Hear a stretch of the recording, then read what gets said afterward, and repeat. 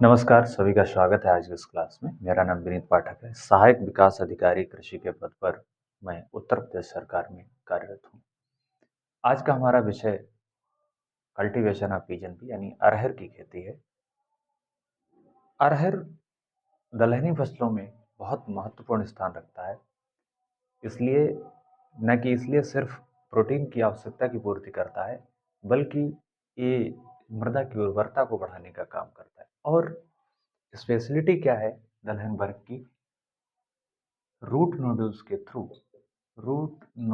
Through nitrogen fixation प्रति एकड़ 40 kilo nitrogen लगभग सभी दलहन वर्ग की फसलें नाइट्रोजन का फिक्सेशन करती हैं और मृदा में रूट जो है नोडल्स बनाने का काम करती है। आइए देखते हैं। वनस्पतिक नाम कैजानस कजाल, फैमिली लेगुमिनेसी। अगर जलवायु की बात करें, क्योंकि दलहन वर्ग की फसल है, तो ये उष्ण से लेकर उपोष्ण तक जलवायु में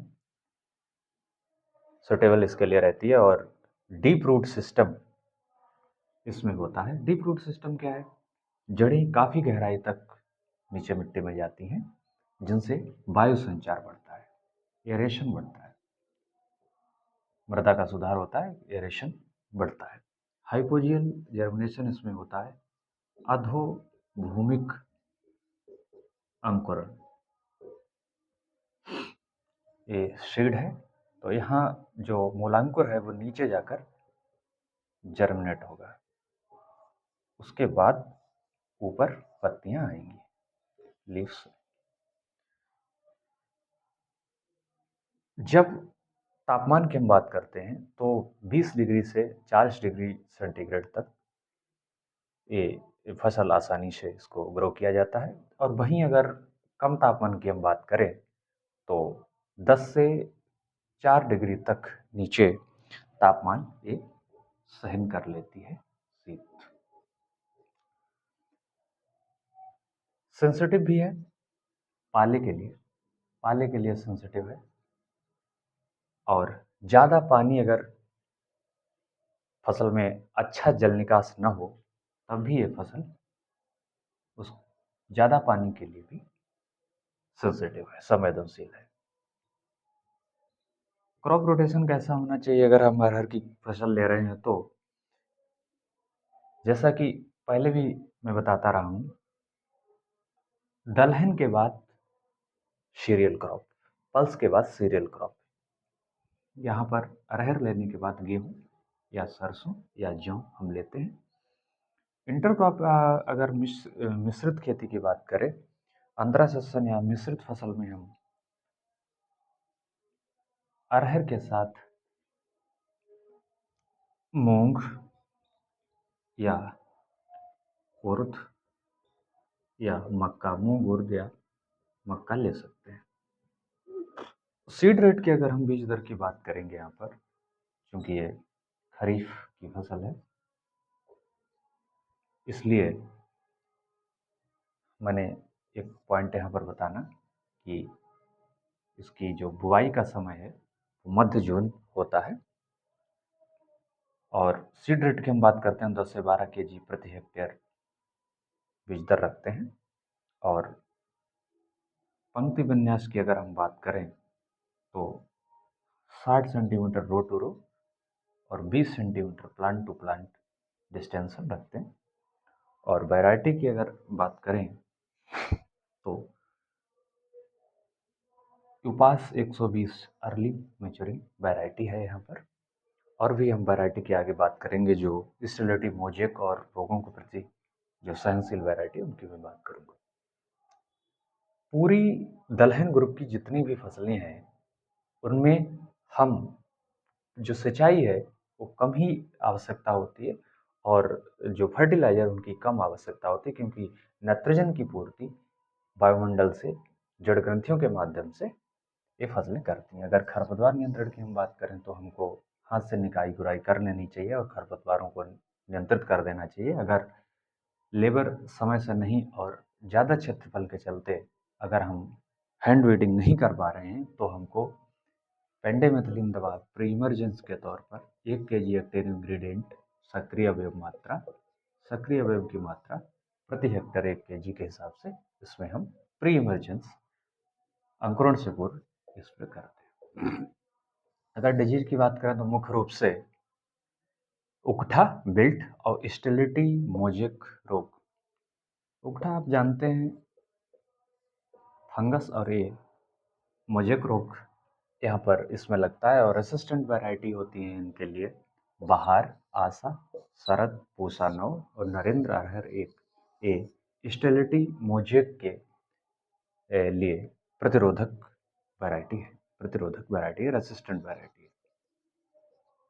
अगर पेस्ट की बात करें यानी कि इंसेक्ट की हम बात करें तो हेलिकोबर्पा आर्मीजेरा जो सूंडी है वो काफ़ी मात्रा में नुकसान पहुंचाती है। वहीं लीफ टायर, पत्ती बेधक, पत्ती लपेटक यहाँ पर लगती है और पॉड फ्लाई यानी कि फली वाली जो मक्खी है वो यहाँ पर नुकसान पहुंचाती है। और इसका इंटीग्रेटेड पेस्ट मैनेजमेंट की अगर हम बात करें तो अरहर के साथ अगर हम ज्वार बोएं तो काफ़ी हद तक हमारे पेस्ट कंट्रोल हो जाते हैं। और वहीं अगर ट्रैप क्रॉप की बात करें तो अगर हम गेंदा लगाते हैं फसल की बाउंड्री पर चारों तरफ तो ये जो इंसेक्ट हैं वो यहाँ पर आकर के इनसे ट्रैप हो जाएंगे और यहीं पर हम स्प्रे कर देंगे तो हमारी आगे फसल बच जाएगी। इसीलिए हैंड पिकिंग करते हैं। और ट्राइकोडर्मा जो कि जैविक फफूंद है इसकी 4 ग्राम प्रति किलोग्राम सीड के हिसाब से इसको उपचारित करके बोएंगे तो इस रोग से जो फंगस रोग हैं उनसे हम निजात पाएंगे। और वहीं बीटावैक्स 1 ग्राम प्रति केजी के हिसाब से उपचारित कर सकते हैं। अगर डाइक्लोबॉस 0.04% का स्प्रे करेंगे तो हम इन जो सूड़ी है इससे नियंत्रण पा सकते हैं। और वहीं 5% का नीम सीड कर्नेल स्टेक अगर जैविक विधि से हमको नियंत्रित करना है तो इसके लिए पर्याप्त रहती है। किसी भी इंसेक्ट का, डिजीज का जब हम कंट्रोल करते हैं तो हमको देखना पड़ेगा कि हम किस किस विधि से उनको पहले कंट्रोल करने की कोशिश करें और केमिकल से कंट्रोल हम सबसे बाद में करें। आइए बताते हैं।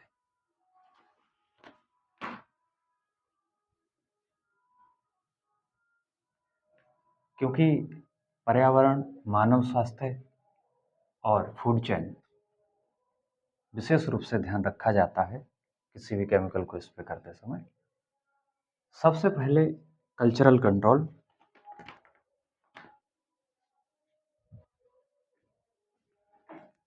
सबसे पहले कल्चरल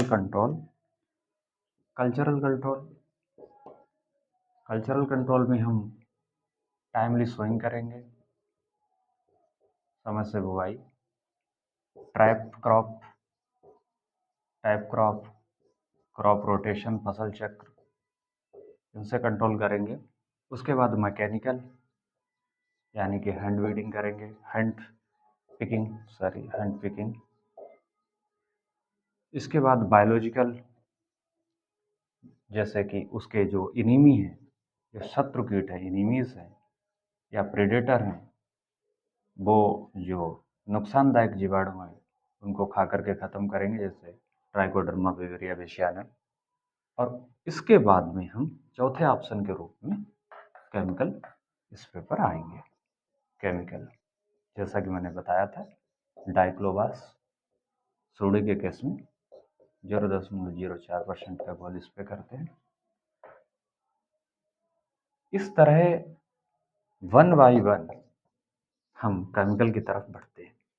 और अगर हमारा नियंत्रण यहाँ तक हो जाता है तो हमें केमिकल को आने की ज़रूरत नहीं है। अगर हम केमिकल पे आते हैं तो ध्यान रखते हैं कि सबसे कम खतरनाक केमिकल, उसके बाद में मीडियम खतरनाक केमिकल और उसके बाद में बहुत ज़्यादा खतरनाक केमिकल का हमें इस्तेमाल करना चाहिए।